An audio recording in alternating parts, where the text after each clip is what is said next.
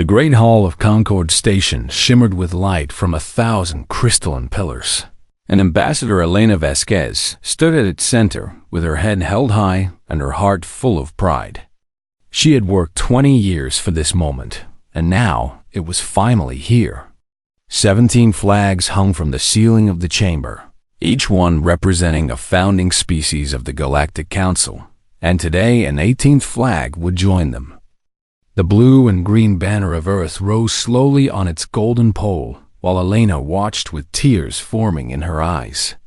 And around her, the representatives of alien civilizations applauded with sounds that ranged from deep rumbles to high-pitched clicks. High Arbiter HFY War, the ancient leader of the Corvani people, stepped forward with his thin reptilian body wrapped in ceremonial robes.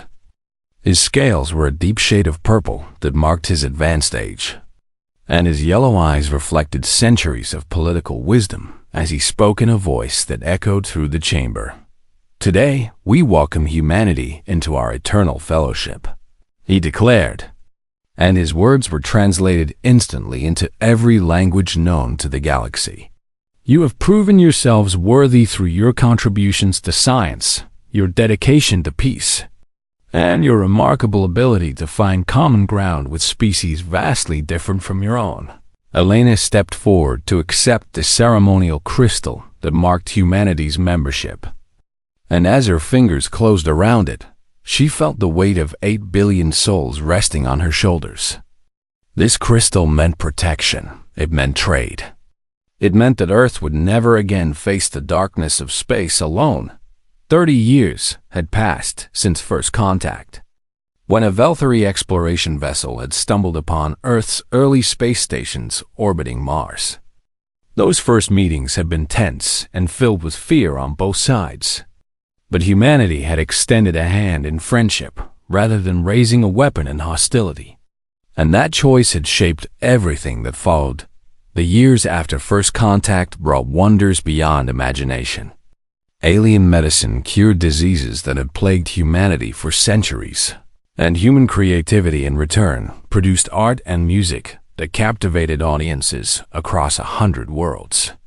Trade flourished as Earth's unique resources found eager buyers among the stars, and human engineers developed solutions to problems that had baffled alien scientists for generations. But it was not just trade and technology that earned humanity its place. When the Velthari home world suffered a catastrophic earthquake, human relief workers were the first to arrive with supplies and helping hands. When a plague threatened the Corvani outer colonies, human doctors worked without rest to develop a cure. When refugees from the Celtari Civil War needed shelter, Earth opened its doors without hesitation. Admiral Chun Wei had watched all of this from his command post on the orbital station above Earth. And while others celebrated, he could not shake the cold feeling that had settled in his stomach. He was an old soldier who had fought in the last of Earth's great wars before the aliens came. And he knew that trust was a fragile thing that could be shattered in an instant. He stood now in the observation deck of the station, watching the live broadcast from Concord Station as Elena accepted humanity's membership. Beside him stood his aide, a young officer named Marcus Cole, who had never known a time before the council. "This is a great day, Admiral," Marcus said with enthusiasm shining in his eyes. "Our children will grow up in a galaxy at peace, protected by the greatest alliance in history." Chun Wei nodded slowly, but did not share the young man's joy. "I hope you are right, Lieutenant. I truly do. You do not seem convinced, sir." The Admiral turned to face the vast window that looked out upon Earth, that beautiful blue marble that had been humanity's only home for so long. "I have seen how the Corvani watch us when they think we are not looking. I have heard the whispers among the Velthari about human expansion rates.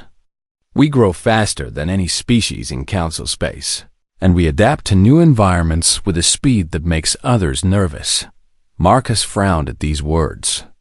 "But the Council has accepted us. They have promised to protect us under Article 7 of the Charter." Article 7 was the foundation of the entire Galactic Council.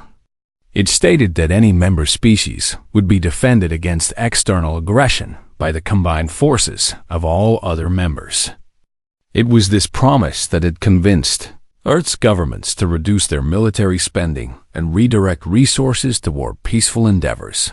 Promises are just words, Lieutenant, Chen Wei said quietly. And words can be forgotten when they become inconvenient.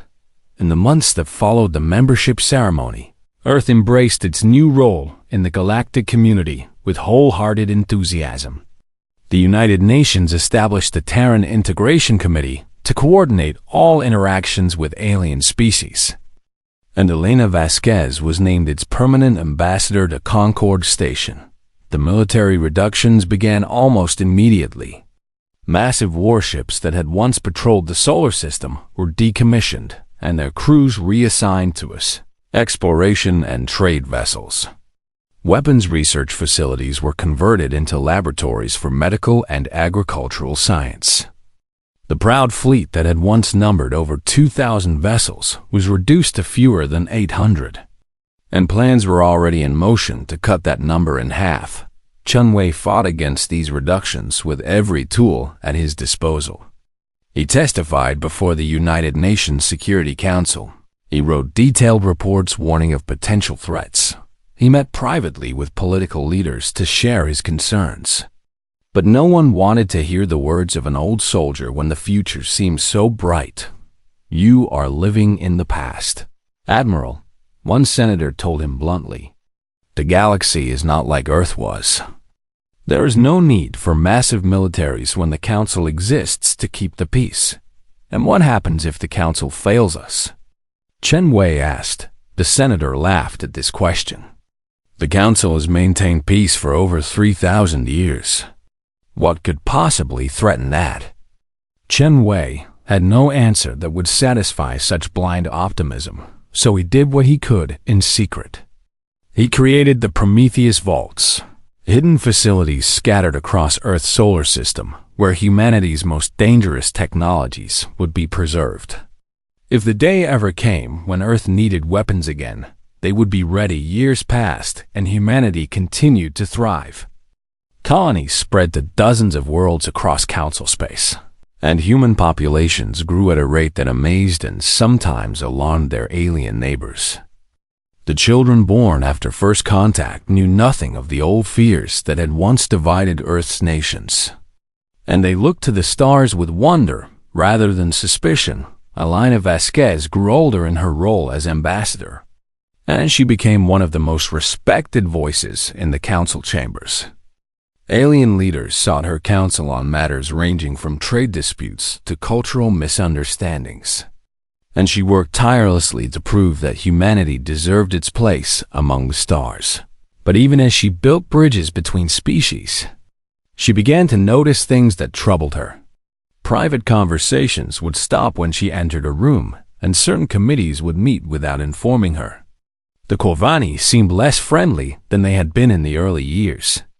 And even the Velfari, humanity's oldest allies, sometimes looked at her with expressions she could not read. She mentioned these concerns to Chen Wei during one of his rare visits to Concord Station, and the old admiral nodded grimly at her words. I have seen the same things, he admitted. Something is changing in the Council, and I do not think it is changing in our favor. Elena wanted to dismiss his fears as the paranoia of a military mind, but she could not ignore what her own eyes had shown her. Somewhere in the vast machinery of galactic politics, gears were turning that humanity could not see, and the sound they made was the grinding noise of betrayal being born.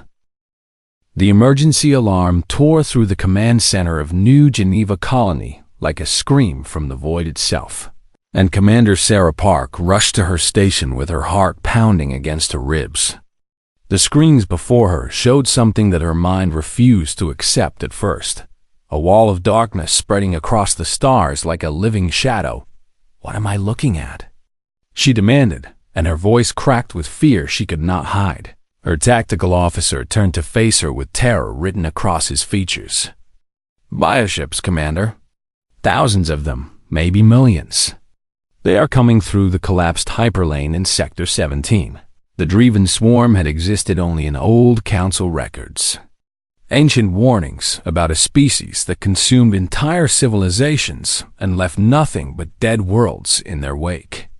They had been pushed beyond the galactic rim 10,000 years ago, or so everyone believed. But now they were back, and they were heading straight for human space. New Geneva fell in 6 hours. The colony's defense grid managed to destroy perhaps 100 of the bioships before it was overwhelmed. And then the swarm descended upon the surface like locusts upon a field of grain. 14 million humans lived on New Geneva, and by the time the sun rose again, there were none. Prometheus colony was next. Then the mining stations of the Kepler belt, then the research outpost on Distant Hope. Each time the story was the same. Desperate calls for help followed by silence. And with each fallen colony, the swarm grew stronger as it absorbed the resources of the worlds it consumed. Ambassador Elena Vasquez stood before the emergency session of the Galactic Council with desperation burning in her chest. She had spent 3 days without sleep traveling from Concord Station to Earth and back again, coordinating evacuation efforts and begging for any assistance the Council could provide. I invoke Article 7 of the Galactic Charter, she declared. And her voice rang through the great chamber with a strength she did not feel. Humanity is under attack by an external aggressor, and we call upon our fellow council members to honor their sacred promise of mutual defense. The chamber was silent for a long moment, and in that silence Elena felt the first cold touch of fear. Where were the voices of support? Where were the declarations of solidarity that should have greeted her plea? High Arbiter Thiessen Var rose from his seat with slow, deliberate movements, and his ancient eyes held no warmth as they fixed upon the human ambassador. The council has already convened in closed session to discuss this matter, he said, and each word fell like a stone into still water. Elena's blood turned to ice in her veins. Closed session? But humanity is a full member of the council. We have the right to be present for any discussion that concerns our species. This matter was deemed too sensitive for open debate, Thiessen VO replied, and a thin smile crossed his reptilian features. The Council has reached a unanimous decision regarding humanity's petition for aid. He paused, and in that pause Elena saw the shape of the horror that was about to unfold. She wanted to run from this chamber, to flee back to Earth and warn her people. But her feet would not move and her voice would not come. The petition is denied, Thiessen VR announced. The Galactic Council has determined that the most strategic response to the Driven threat is to offer them the territories currently occupied by human colonies as a buffer zone. This sacrifice will protect the more valuable regions of Council space from swarm expansion.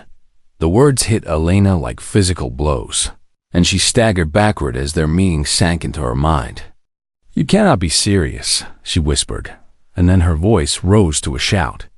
You are talking about the extinction of 8 billion people. We are talking about the preservation of galactic civilization. Thiessen Vio corrected her with cold precision. Humanity has proven to be a problematic addition to Council space. You breed too quickly. You expand too aggressively, and you ask questions that disrupt the established order. It is better to address this problem now while the solution presents itself naturally.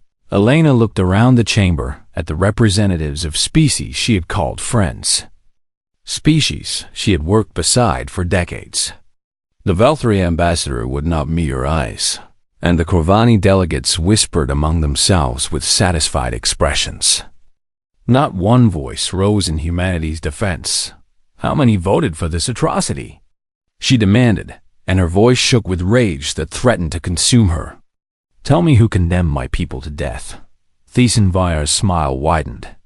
It was unanimous, Ambassador. Even your Velthari friends agreed that humanity's sacrifice was acceptable for the greater good. 2 council guards stepped forward to escort Elena from the chamber, and she did not resist as they took her arms. There was nothing more she could do here. Nothing more she could say that would change the minds of creatures who had already decided that human lives were worthless as the great doors of the Concord chamber sealed behind her. Elena activated her emergency communicator and sent a single transmission to Earth. It contained the full recording of everything that had just occurred. Every word of Thiessen Ver's pronouncement. Every silent face of the representatives who had voted for genocide. The transmission reached Earth 3 days later, broadcast simultaneously to every screen on the planet. 8 billion people watched as their ambassador was dismissed like a servant. As the council that had promised protection revealed its true nature in homes and offices and public squares across the world, humans stood in stunned silence as the reality of their situation became clear. They had trusted the galaxy. They had believed in the promise of the council, and that trust had been repaid with betrayal. The silence lasted for perhaps an hour, and then it began to transform. In the streets of New York and Beijing and Moscow and Cairo, people gathered not to weep, but to speak. And the words they spoke were words of anger. President Amara Okonkwo addressed the United Nations in an emergency session that same night. And her voice carried the fury of a species that had been pushed to the edge of extinction. The Council has made their choice, she declared. They have decided that humanity is expendable, that our lives are acceptable losses in their political calculations. Now we must make our choice in return. She paused and looked down at the assembled leaders of Earth's nations. And in that moment, all the old divisions that had once separated them seemed to fade into nothing. We can accept their verdict and die quietly in the dark. Or we can show the galaxy what humanity is truly capable of when we have nothing left to lose. Admiral Chun Wei watched the president's speech from his command center. And for the first time in decades, he felt something like hope stirring in his chest. The Prometheus vaults were still intact. The weapons he had preserved against this very day were waiting to be awakened. His communications officer approached with a secure tablet. Admiral, we are receiving messages from every military installation on Earth. They want to know your orders. Chun Wei took the tablet and looked at the flood of messages scrolling across its screen. Commanders were reporting for duty. Reservists were returning to their posts. And factory managers were asking what they should start building. Humanity was not going to die quietly after all. Tell them to prepare for war, he said, and his voice was steady and cold. Tell them that the Council made a mistake when they chose to betray us. They forgot what humans are capable of when we fight for survival on Concord Station. Thiessen Vor received reports of the human reaction with amusement. Let them rage, he said to his advisors. What can they do against the swarm with their reduced fleets and their peaceful technologies? They will burn and die, and the galaxy will be better for their absence. He could not have been more wrong, and he would learn the cost of his error in fire and blood. The transformation of Earth began within hours of President Okonkwo's speech, and it happened with a speed that would have seemed impossible just days before. Factories that had been producing consumer goods switched to military production overnight. Universities that had focused on peaceful research turned their attention to weapons development. And citizens who had never held a gun in their lives lined up at recruitment centers that stretched around entire city blocks. Admiral Shen Wei stood in the heart of the Prometheus Vault facility buried beneath the mountains of Switzerland. And around him, technicians were awakening systems that had slept for decades. Massive doors slid open to reveal hangars filled with prototype warships, weapons that had been deemed too terrible for a peaceful galaxy, and technologies that Earth's enemies had never dreamed existed. How long until we can deploy these assets? President Okonkwo asked through the secure communication link. 3 months for the first wave of ships. Chen Wei replied, 6 months for full production capacity. But Madam President, we do not have 6 months. The swarm is consuming our outer colonies at a rate of 2 per week. And they are getting faster as they grow. The president's face was hard with determination. Then we buy time with blood if we must. What can our current forces do to slow the swarm's advance? Chen Wei pulled up a tactical display showing the positions of humanity's remaining fleet. The ships were outdated and outnumbered, designed for patrol and escort duties rather than full-scale war. But they were crewed by men and women who would rather die fighting than watch their species be exterminated. We can make them pay for every system they take, he said. We cannot stop them, not yet, but we can hurt them badly enough to slow their advance. The first major battle came at the colony of New Helsinki, a frozen world on the edge of human space, where 14 million souls waited for an evacuation that everyone knew would not arrive in time. The colonial governor, a former Marine named Victor Andreev, made his decision without hesitation when he learned the truth. He broadcast a message to every citizen on the planet, explaining that the evacuation ships could carry perhaps 2 million people and that the rest would have to stay. I will not ask anyone to remain against their will, he said, and his voice was calm despite the terror that surely gripped his heart. But I will ask for volunteers to stay and fight, to buy time for our brothers and sisters to escape, and to show these monsters that humanity does not die easily. To his amazement, 9 million people chose to stay. They were factory workers and teachers and doctors and farmers. Ordinary people who had never expected to become soldiers. But they picked up whatever weapons they could find and prepared to face an enemy that had devoured civilizations across the galaxy. The swarm arrived on a cold morning, when the twin suns of New Helsinki were just rising above the horizon, and the sky turned black with bioships that blocked out the light. Victor Andreev stood on the walls of the capital city with a plasma rifle in his hands and watched death descending from above all units. This is Governor Andreev, he transmitted on the open channel. Today, we teach the galaxy what humanity is made of. Today, we show them that our lives are not worthless, that we are not acceptable losses. Make them remember New Helsinki. Make them remember the price they paid for every meter of ground. Make them remember us. The battle lasted 72 days, far longer than anyone had thought possible. The citizens of New Helsinki fought with weapons pulled from museums and factories, with improvised explosives and traps, with their bare hands when nothing else remained. They died by the thousands and then by the millions, but for every human that fell, 100 Driven were destroyed. Victor Andreev's final transmission was received on Earth 1 month after the battle began. He was bleeding from wounds that would kill him within hours, but his voice was strong and clear. We have counted the enemy dead, he reported. 400 million Driven killed at the cost of every soul on New Helsinki. Tell Earth that we did not go quietly. Tell them that we showed these creatures what humans can do. The transmission cut off, and silence fell across the command centers of Earth. Then, slowly, a sound began to rise from the people gathered there, a sound that started as a whisper and grew into a roar.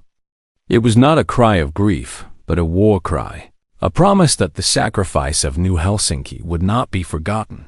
The production lines ran day and night without pause, and workers pushed themselves to the edge of exhaustion and beyond. Russian metallurgists developed new armor alloys that could withstand Driven acid. Chinese engineers designed propulsion systems that made ships faster than anything the Council had ever seen. American weapons specialists created antimatter warheads that could crack a bioship in half with a single strike. Scientists from every nation worked side by side on the Helios project, humanity's most ambitious and terrifying weapon. It was a device that could create an artificial star and then collapse it into a focused beam of destruction. A weapon so powerful that it had been abandoned decades ago as too dangerous for any sane species to use. The Council called us too aggressive, said Dr. Yuki Tanaka. as she oversaw the final assembly of the first Helios cannon. They said we expanded too quickly, that we asked too many questions. Well, now they will see what human aggression truly looks like.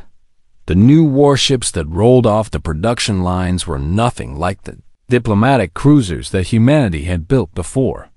They were predators designed for one purpose: to kill and to survive.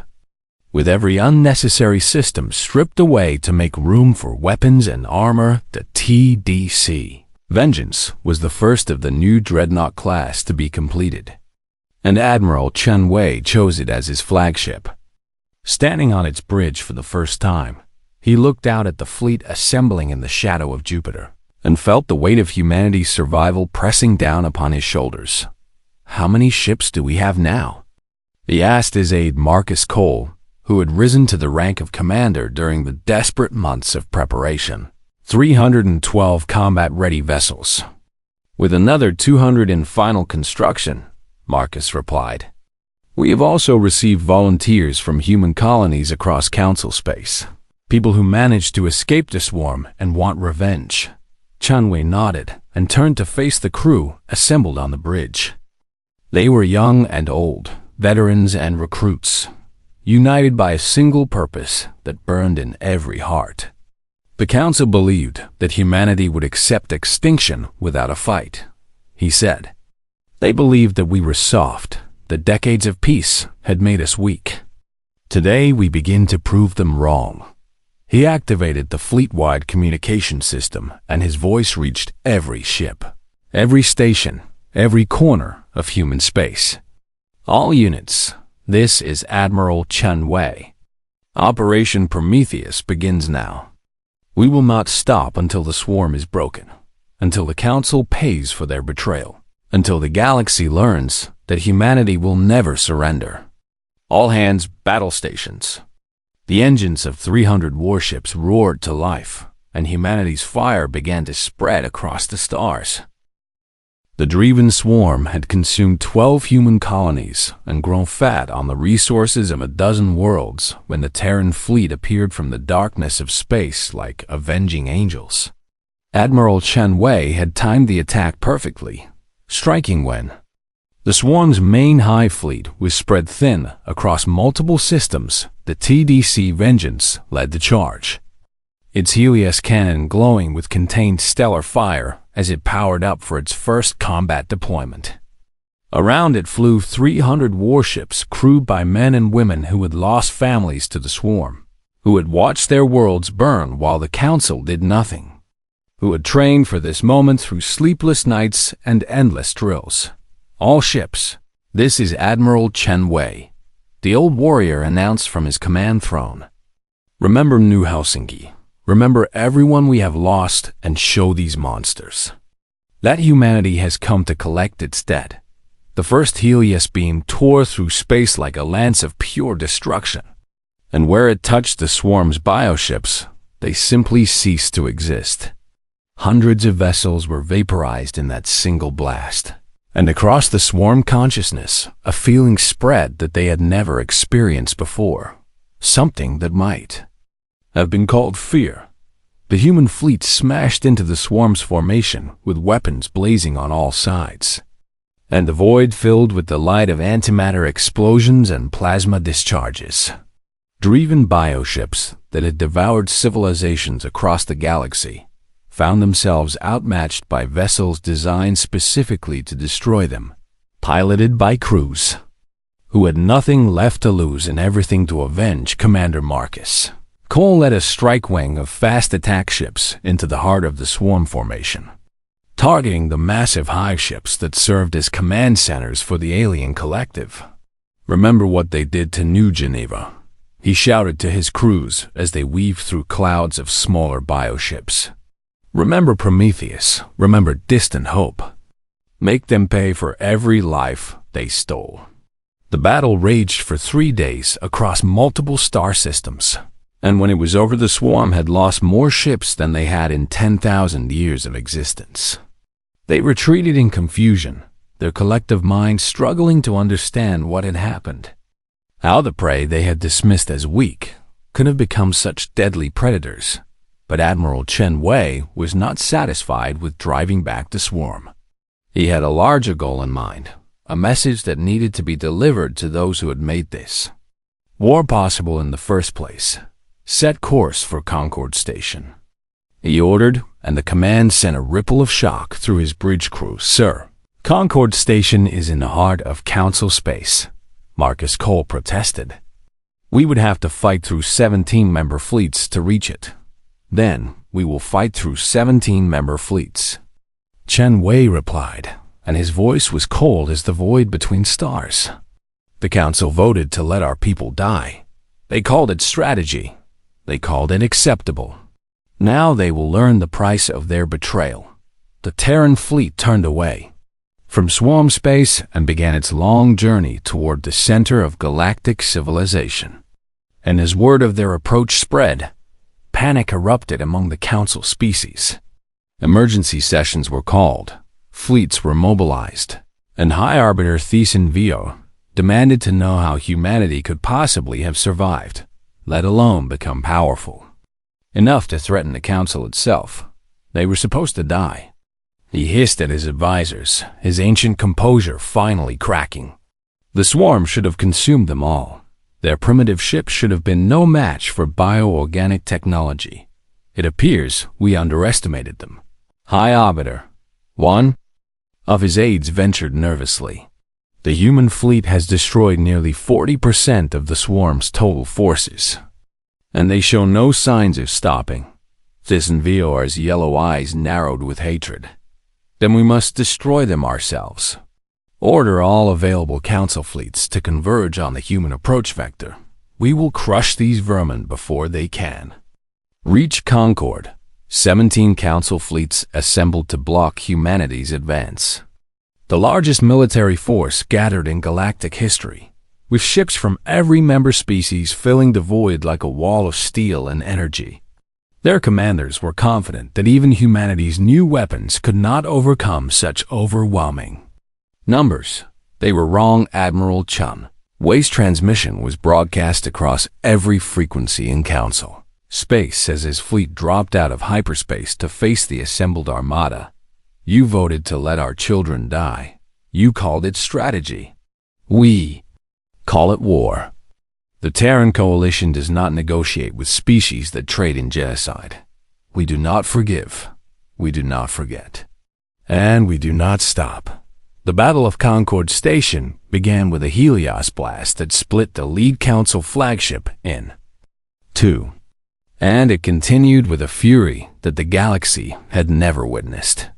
Human ships dove into the enemy formations with complete disregard for their own survival. Their crews knowing that every Council vessel destroyed was one less that could threaten Earth.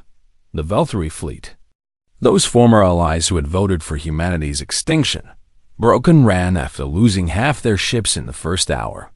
The Kovani, who had always claimed to be the most civilized species in the galaxy, screamed in terror as human boarding. Parties cut through their hull plates and fought hand-to-hand through their corridors. For 11 hours the battle raged. And when the last Council warship fled or surrendered, the Terran fleet stood victorious among the wreckage of what had been the greatest military power in galactic history. Concord Station hung before them, its lights flickering with the fear of those within. Admiral Chen Wei led the boarding party personally, stepping onto the crystalline floors of the great chamber where Elena Vasquez had once stood to beg for help that never came. Around him marched Terran Marines in powered armor, their weapons trained on the cowering Council representatives. High Arbiter Thiessen Vior was dragged before the assembly and forced to his knees, his ceremonial robes torn and his ancient dignity stripped away. He looked up at Chen Wei with hatred burning in his yellow eyes, but beneath that hatred, there was something else, something that might have been terror. What do you want from us? He demanded, and his voice cracked with fear. He could no longer hide. Chen Wei stared down at the creature who had condemned 8 billion people to death and felt nothing but cold contempt. You asked what we wanted when you voted to sacrifice us. The answer was simple. We wanted to live. You denied us that. Now we want something different." He turned to face the assembled representatives, aliens who had watched humanity's supposed extinction with satisfaction, who had calculated the acceptable losses and found human lives worthless. "You spoke of strategy, of necessary sacrifices, of the greater good. You forgot one thing in your calculations." He paused and let the silence stretch. Let the fear build in every heart present. "You forgot that humans do not die quietly. You forgot that we carry fire in our souls. You forgot that betrayal has a price." Ambassador Elena Vasquez stepped forward from behind the Marine line. Older now, but no less determined, and her eyes swept across the chamber where she had once been dismissed like a servant. "Mercy requires humanity," she said, echoing Thiesenvier's own words from a year ago.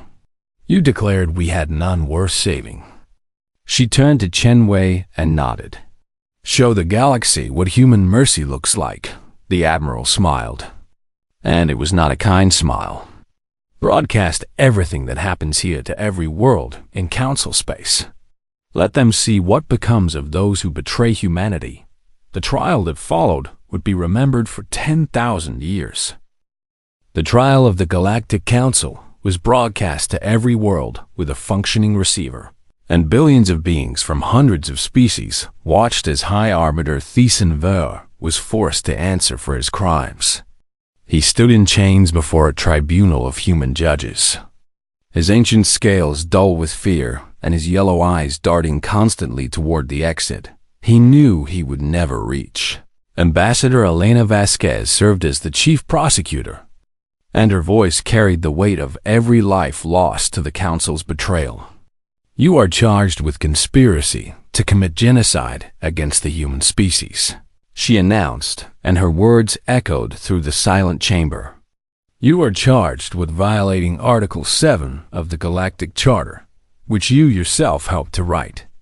You are charged with the deaths of 47 million human beings who perished while waiting for aid that you refused to send." Thiesenvier tried to maintain his dignity, tried to argue that his actions had been necessary for the greater good. But his defenses crumbled under the evidence presented against him. Recordings of private council meetings revealed that the decision to sacrifice humanity had been planned for years, that the Driven Swarm had merely provided a convenient opportunity. The other council leaders faced similar trials, each one forced to account for their vote, their silence, their willingness to trade human lives for political convenience. Some begged for mercy, claiming they had been pressured by others. But the evidence showed that they had all known exactly what they were doing when the verdicts were announced. The galaxy held its breath. The tribunal found all defendants guilty of crimes against humanity, and the sentences ranged from permanent exile to execution depending on the severity of each individual's involvement. Thiesenvier, as the architect of the betrayal, received the harshest judgment, condemned to spend his remaining years in a prison on a frozen moon at the edge of explored space. But humanity's response to the Council's treachery was not limited to punishment. Even as the trials concluded, Admiral Chen Wei turned the full fury of the Terran fleet against the Driven Swarm, hunting them through every system they had infested. The campaign lasted 2 years and cost the lives of many brave men and women. But when it was over, the swarm was broken. Their hive fleets were destroyed, their occupied worlds were cleansed, and the survivors fled beyond the galactic rim to the dark spaces between galaxies where even humanity's reach could not follow. On the anniversary of the Council's betrayal, President Amara Okonkwo announced the formation of a new alliance to replace the corrupt institution that humanity had destroyed. The Terran Accord would be built on different principles, on a simple promise that no member species would ever be abandoned to face extinction alone. "We did not seek this war," she declared in a speech that was broadcast across 1,000 worlds. "We did not ask to become the scourge of the galaxy, the fire that consumed the old order. All we wanted was to live in peace among the stars, to trade and explore and grow alongside our neighbors. The Council took that dream from us, and in doing so, they taught us a terrible lesson. She paused and looked directly into the camera, her eyes burning with conviction. The lesson they taught us is that trust must be earned. The promises mean nothing without the will to keep them. That mercy shown to those who would destroy you is not kindness, but foolishness. We will not forget that lesson, and we will build a better galaxy because of it. The Terran Accord attracted members slowly at first. As species that had watched humanity's vengeance unfold, struggled to overcome their fear. But those who joined discovered that humans were not the monsters that Council propaganda had painted them to be. The first to join were the Soltari, a species that had been virtual slaves under the old Council's economic systems. Humanity offered them fair trade agreements and assistance in rebuilding their war-torn home world. And in return, the Soltari became humanity's most loyal allies. Others followed as word spread that the Terran Accord kept its promises. Worlds that had been abandoned by the Council found human ships arriving with supplies and aid. Scientists from struggling civilizations were welcomed into human universities. And species that had never received respect from the old order discovered that humanity judged them by their actions rather than their power. Not all of the old Council races were punished. Those who could prove they had secretly opposed the betrayal or who had worked to help, human refugees were offered membership in the new accord. Even some who had voted against humanity were eventually allowed to join after, demonstrating their commitment to reform the Velthari. Humanity's oldest allies and one of its greatest betrayers were given the hardest path back to reconciliation. They were required to open their archives, to reveal every secret vote and every private communication, to prove that they understood the magnitude of what they had done. It took a generation, but eventually they too found their place in the new order. Admiral Chen Wei retired from active service after the Swarm campaign, his work finally complete. He spent his remaining years writing memoirs that would be studied in military academies across the galaxy. And when he died at the age of 93, he was given a funeral that was attended by representatives from over 50 species. Ambassador Elena Vasquez, the woman who had witnessed both humanity's darkest hour and its greatest triumph, became the first president of the Terran Accord. At her inauguration, she returned to the Concord Chamber, now renamed the Hall of Memory, where the names of every victim of the Council's betrayal were carved into the crystalline walls. She stood before the assembled delegates of the new alliance and spoke words that would be remembered for ages to come. 30 years ago, we came to you with open hands. You taught us that trust is a weakness. You were wrong. It was the greatest strength we had, and you destroyed it. But here is what you failed to understand about humanity. We do not stay broken. We do not bow to extinction.